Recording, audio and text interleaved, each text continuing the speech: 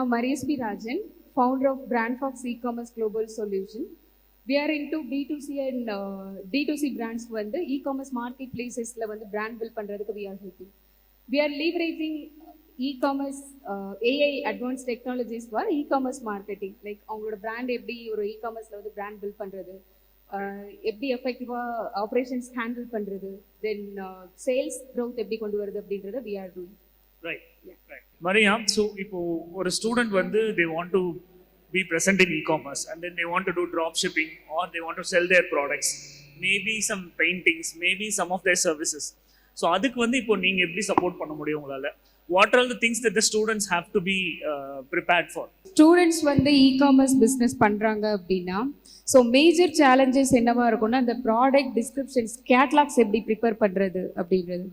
So பேசிக்காக start பண்ணுறவங்க வந்து ஒரு இ-காமர்ஸில் அந்த சர்ச் என்ஜினுக்கு ஏற்ற மாதிரி ஒரு ப்ராடக்ட் டிஸ்கிரிப்ஷன் எப்படி எழுதுறது, அந்த கேட்லாகிங் எப்படி பில்ட் பண்ணுறதுன்றது major challenge. So AI use பண்ணுறதுக்கு மூலமாக you can draft a quality catalogs. So ஒரு இமேஜஸ், ஒரு இன்ஃபோகிராஃபிக்ஸ் டிசைன் பண்ணுறதா இருக்கட்டும், இல்லைனா டைட்டில், கான்டென்ட், இந்த மாதிரி ஒரு லிஸ்டிங்க்கு தேவைப்படுற எல்லாமே வந்து நமக்கு ஏஐ மூலமாக தே கேன் ஜெனரேட். ஸோ பேசிக்காக ஒரு ஸ்டூடெண்ட் ஸ்டார்ட் பண்ணுறாங்க அப்படின்னா with the help of AI they can utilise all this features and they can start selling. So e-commerce அப்படின்னா ஒரு மார்க்கெட் பிளேசஸில் தான் செல் பண்ணணும், இல்லைனா வெப்சைட் டிசைன் பண்ணால் தான் செல் பண்ணணும் அப்படின்னு கிடையாது. ஸோ இன்ஸ்டாகிராம், சோஷியல் மீடியாஸ்லேயே இப்போ நிறைய பேர் செல் பண்ணுறாங்க. அப்படி தான் பேசிக்காக நிறைய செல்லர்ஸே வந்து ஸ்டார்ட் பண்ணுறாங்க. ஸோ கண்டிப்பாக ஸோ ஸ்டூடெண்ட்ஸ்க்கு வந்து அவங்களுக்கு ஈஸியாக சோஷியல் மீடியாஸ்லாம் வந்து ஆக்சசிபிளாக இருக்கும். ஸோ ஒரு வெப்சைட் ஸ்பெண்ட் பண்ணி இன்வெஸ்ட் பண்ண முடியலை அப்படின்னா தே can start selling from social media.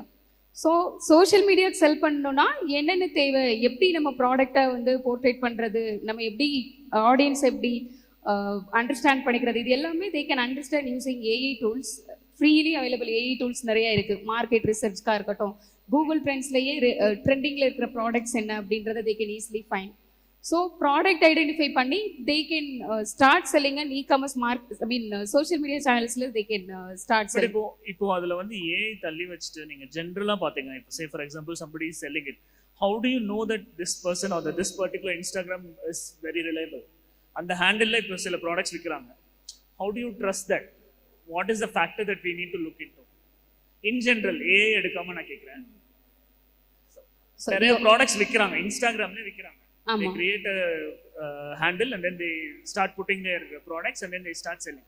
how do you understand that if this profile is genuine or not? இவங்க விற்கிறவங்க அந்த செல்லர் வந்து ஜென்யூனான செல்லர் தானா இல்லையா, இல்லை இப்போ நிறைய பேர் வந்து அமௌண்ட் ட்ரான்ஸ்ஃபர் பண்ணதுக்கப்புறம் they vanish.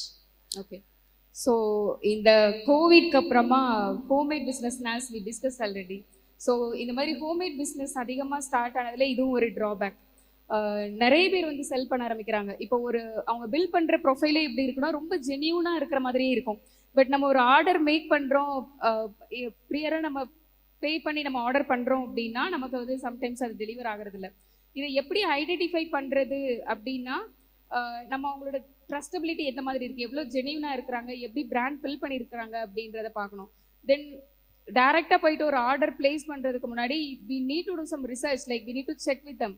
ஸோ ப்ராப்பராக மோஸ்ட் ஆஃப் இந்த செல்லர்ஸ்லாம் வந்து பார்த்தீங்கன்னா ப்ராப்பராக கான்டாக்ட் டீடைல்ஸ் ப்ரொவைட் பண்ணியிருக்க மாட்டாங்க. ஸோ வெப்சைட் இருக்கும், ஆனால் வெப்சைட்டில் கான்டாக்ட் டீடைல்ஸ் இருக்காது. நிறைய வெப்சைட் அப்படி தான் இருக்குது. ஸோ அதெல்லாம் we need to do some analysis before making any purchase. So we have to do our homework before. கண்டிப்பாக yeah. Okay, cool, thank you so much. So e-commerce related students க்கான opportunities, how can they work with you, along with you, and how can you support them? Okay, ஸ்டூடெண்ட்ஸ்க்கு என்ன opportunity அப்படின்னா இப்போது ஆவரேஜாக இப்போ அமேசானில் பார்த்தீங்கன்னா பெர் டே வந்து 2.5 மில்லியன் ஆர்டர்ஸ் வந்து ரிசீவ் ஆகுது.